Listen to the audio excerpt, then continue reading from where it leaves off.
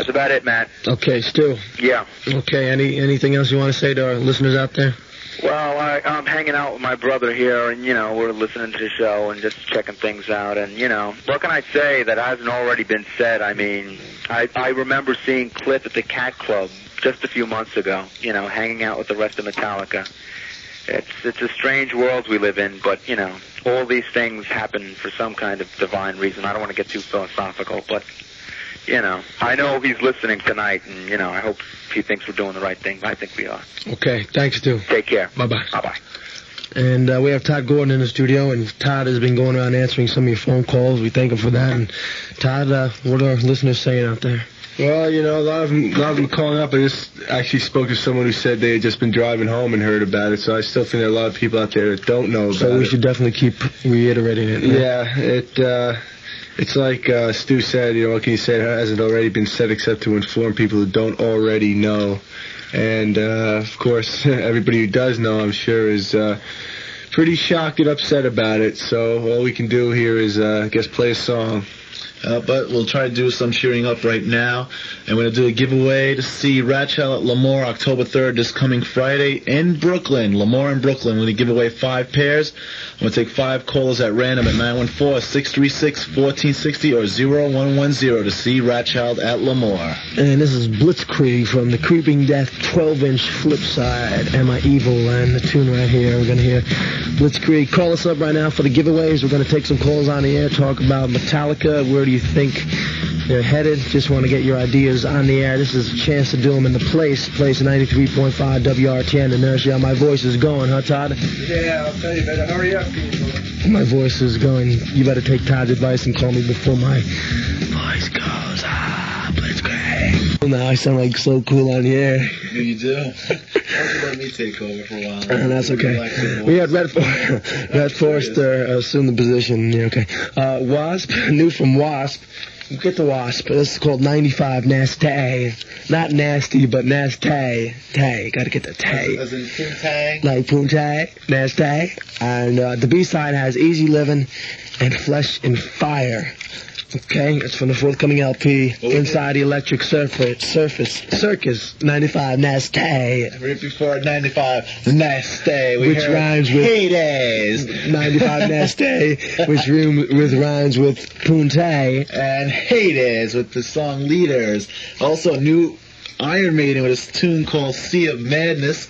Tension, Wrecking Crew, Todd. Wrecking Crew, Tension. Because I can't read the spelling over here.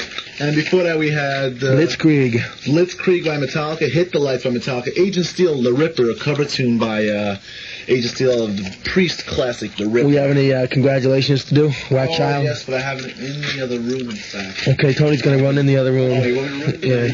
Todd will get it, okay. No problem. Congratulations to, what's this? Jeremy, Seth, John, Diane, and Sue, who's going to go see CJSS featuring David T. Chastain. Okay. Here we go. The time. Tony? The chart.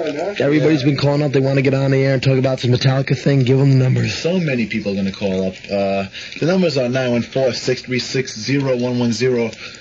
636-1460. Those are the numbers to call up. And, in fact, I got the list right here, so I want to congratulate Jennifer Stone, Laurie, Christina, Jim, Maria, Paula Nelson, and Barry Draven, who want tickets to see Rothschild at Lemoore in Brooklyn. Now, if you want to get on the air and talk about this Metallica thing, of course, we've been telling you.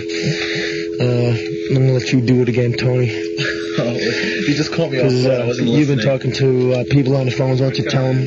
What happened, I guess. We've been saying this all night. We've been talking to a lot of people. Okay, now I could talk. He cuts me off and then, gets me caught here. They were driving, well, not them. They were asleep in a bus early Saturday morning on their way from Sweden to Denmark to their next gig. The bus driver fell asleep at the wheel and they got into an accident. Don't do that. They got into an accident and it seemed that Cliff Burton died instantly at the car crash.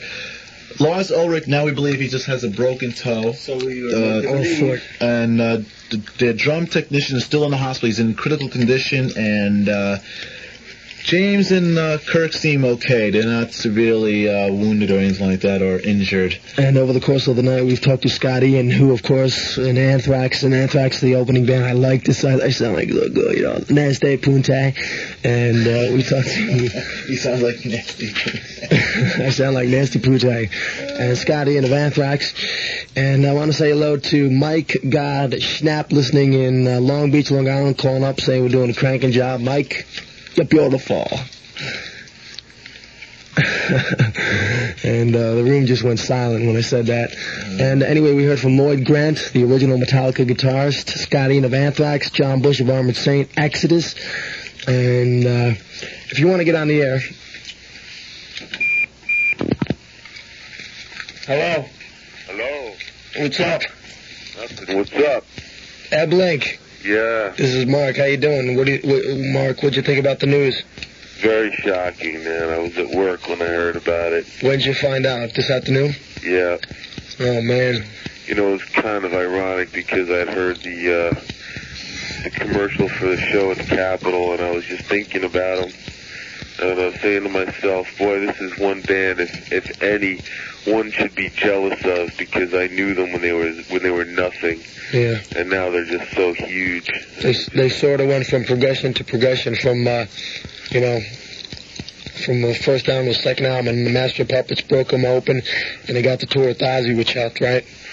Everything helped, but it's just the fact of where they are now. And when I was thinking about them, and then I heard about it, someone called me up at work, and then I was like blown away. Do you have any suggestions? I mean, I'm not saying this, I'm just, pointing this out.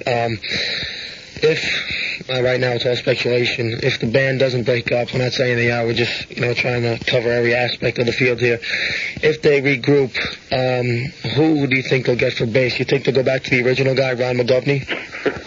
I couldn't answer a question like that because I have no idea. Just asking. I have no idea. I mean, I knew them, but I hadn't stayed in touch with them or anything. I mean... What do you want to tell, like, your, the fellow listeners out there, anything? Well, just keep on thinking about them, because I wouldn't say that they're going to disappear. At this stage in their lives, it seems that this is going to become their life, and I don't think they're going to give up now over this. I mean, life goes on. Okay, thanks. This is their bread and butter now. Thanks for calling, dude. RTN. Yeah, how's it going, guys? Who's this? This is Kevin. How are you?